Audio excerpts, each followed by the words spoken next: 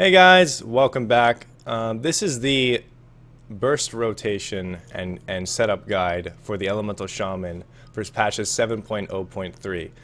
We are going to be covering two builds here in this video, the Lightning Rod build and the Ascendance build. So let's start by doing the Lightning Rod build. The way you're going to set up your burst on the target for single target is during the pull timer. At 3 seconds, you're going to be actually doing quite a bit of things in those few seconds. I recommend definitely key binding your spells, and just it'll allow you to really significantly keep those cooldowns in line, and as well as macroing some things together, and getting a couple extra seconds out there on your CDs.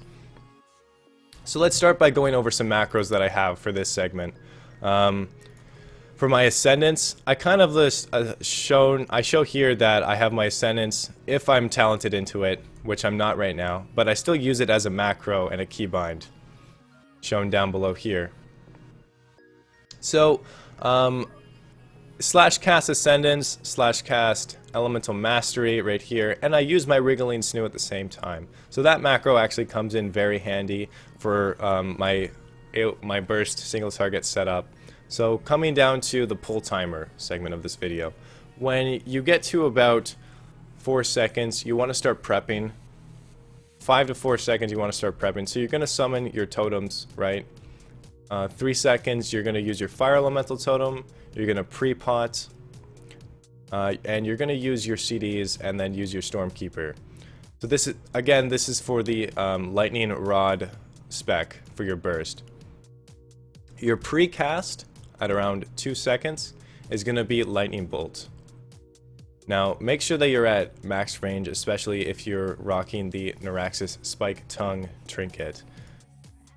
So the way you set up this burst is you have to keep a couple things in mind. Lightning bolt doesn't have a travel time. It hits the target instantly. So you really can't have any room for error when it comes to doing your precast. You have to time it perfectly, and this will have this will require you guys with a little bit of practice on your pull timers, but you have to time it perfectly with when your raid pulls the boss. Otherwise, you're going to end up pre-pulling. Someone might not have their pre-pod as well, and it's not going to be a good situation. So you want to try and time that as well as possible. If you're not comfortable with it, maybe don't precast lightning bolt. But yeah, going into it, so we're gonna do a little segment here about how the burst is gonna look. So, like I said before, 3 seconds, you're gonna summon your fire elemental, use your CDs, the pre-pot, the Stormkeeper, start precasting your lightning bolt. After your lightning bolt, you're gonna cast your flame shock, followed by a lava burst. Now I say this for a few reasons. Power of the Maelstrom is one reason. It has a chance for your lava burst to cause Power of the Maelstrom, which causes your next 3 lightning bolts to trigger Elemental Overload an additional time. If your lightning rod's on the target, it's doing more damage with those 3 hits of lightning bolts. So it's very good to try and get your lava burst to proc that Power of the Maelstrom buff. Now it's a chance to proc. If it doesn't proc, it's unfortunate. There's a bit of RNG with this burst rotation with this lightning rod talent. So keep in mind that.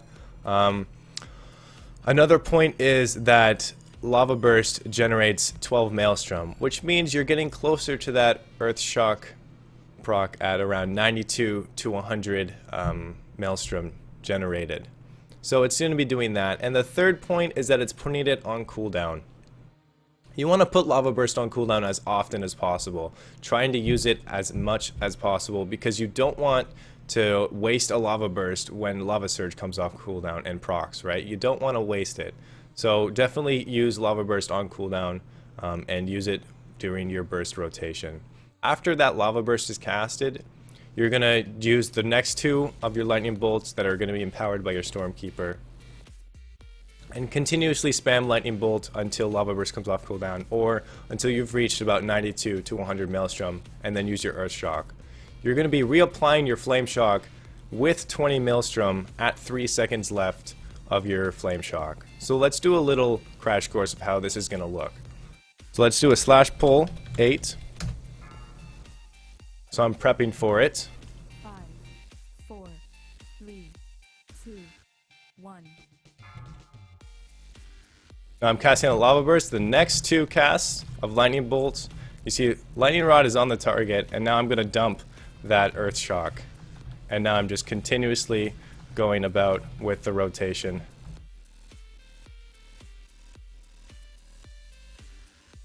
Using that Flame Shock at 3 seconds or less. Building up that Maelstrom, spending it when it gets too high. And continuously just doing this rotation. So you can see the numbers that I'm generating. They're pretty good for this this spec. And this is going to be, it's not going to dwindle down too much. It'll dwindle down by another 100, 150k. And that'll be about your sustain. So you just continuously do this. Use your Flame Shock and Earth Shock to reset your Flame Shock on the target. And just continuously cast that rotation, your single target rotation. Alright, now that that's done, let's look at the damage done.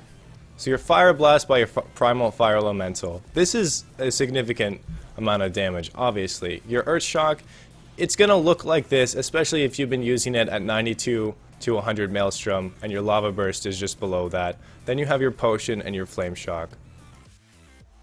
Your Lightning Bolt is doing a significant amount of damage as well. And then we get into your Lightning Rod, which did 1.41 million. This is going to go up over the course of the fight, and obviously there was a bit of RNG with the way that everything was set up for that pull. I didn't get a Power of the Maelstrom proc for my Lava Burst, which meant that my Lightning Bolts didn't do a lot more damage, which means that my Lightning Rod didn't do a lot more damage. Overall, the sustained damage from this spec is going to be very high, and I do enjoy it.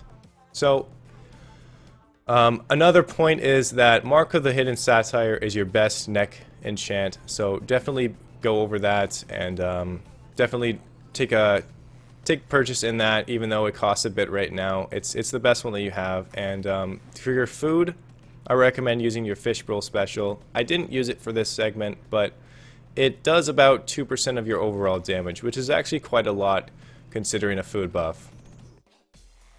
So now that that part for the Lightning Rod is over, let's get into Ascendance. So your Ascendance burst is going to be a little bit different for your setup.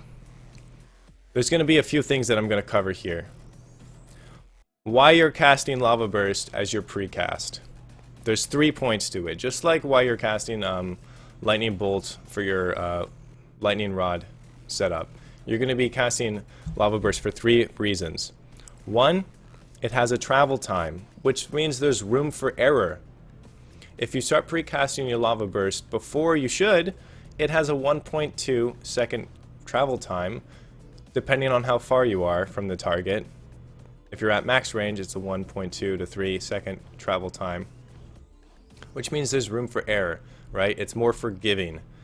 You can be more comfortable with it, okay? Now, this also means that if you're not comfortable with precasting Lightning Bolt with your Lightning Rod spec, maybe use Lava Burst instead for your precast until you get comfortable with the precast idea, and then switch to Lightning Bolt so you're not wasting damage off the start.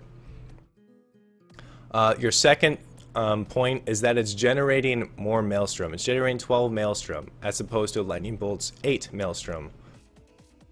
This point comes into effect when you cast Flame Shock after your Lava Burst.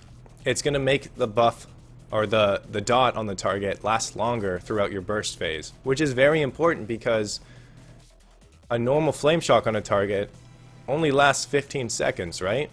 Well, your Ascendance lasts 15 seconds. And then after that, after Ascendance, you're going to be using your Stormkeeper. So you don't want to be spending Maelstrom during your burst phase on a Flame Shock. It's a waste of damage. It's a waste of a GCD. Use your Flame Shock after your Lava Burst in order to extend its duration. Alright, going into the third reason. The third reason is that Lava Burst even though there's no flame shock on the target, does more damage than a lightning bolt does. It does more damage, right? Plus you're generating more maelstrom. Especially if it procs your mastery, which is elemental overload. It's gonna generate more maelstrom. It's doing more damage, more like faster maelstrom build in order to get that earth shock off. A single lava burst deals more damage than a single lightning bolt, as you guys can see there. So it's dealing more damage off the start. Alright, let's get into what the burst setup is going to be. So, for the burst setup for your Ascendance phase, you're going to be obviously dropping down your totem, pre-casting your lava burst, then using your flame shock. After your flame shock is on the target, you're going to pop right into Ascendance. It's great to macro Ascendance and Elemental Mastery together if you have an unused trinket as well. Macro all three of those together, and then just lava burst spam until you hit 100 maelstrom. At 100 maelstrom, spend that earth shock, then continue spamming lava burst, lava burst, lava burst until you have enough maelstrom again to spend that earth shock. After your Ascendance phase is done, you're going to use your Stormkeeper and then spam those 3 lightning bolts. At this time, you're probably going to be refreshing your flame shock, so go ahead and refresh that flame shock. Make sure you have 20 maelstrom built up so that it has its highest dot duration on the target. So let's go ahead and do an example of what the fight's going to look like. I'm going to do my food buff for this just to give you guys a idea of how much damage and what the fishbowl special looks like. So let's do a slash pull 8. At around 4 seconds, you're going to drop your fire elemental totem, you're going to pre-pot, and then 2 seconds, you're going to be casting your lava burst. So let's do a slash pull 8. 5, 4, 3, 2, 1. So I put my flame shock on the target, I'm spamming those lava bursts, I'm expending the I'm spending the maelstrom at 100 on those earth shocks, and then I'm continuously doing that. I'm out of Ascendance now, so I'm gonna pop my Stormkeeper, use those lightning bolts, spend that earth shock, and now it just goes down to what your regular rotation is. Again, putting your flame shock up on the target at 20 maelstrom and 3 or less seconds, spending those earth shocks, and this is how your burst for your Ascendance works out. I obviously didn't have I have the exhaustion debuff, so I didn't have lust at the start there, but the rotation stays the same, and you can get some pretty nice numbers with the lust buff active. Alright guys, I hope you enjoyed the video.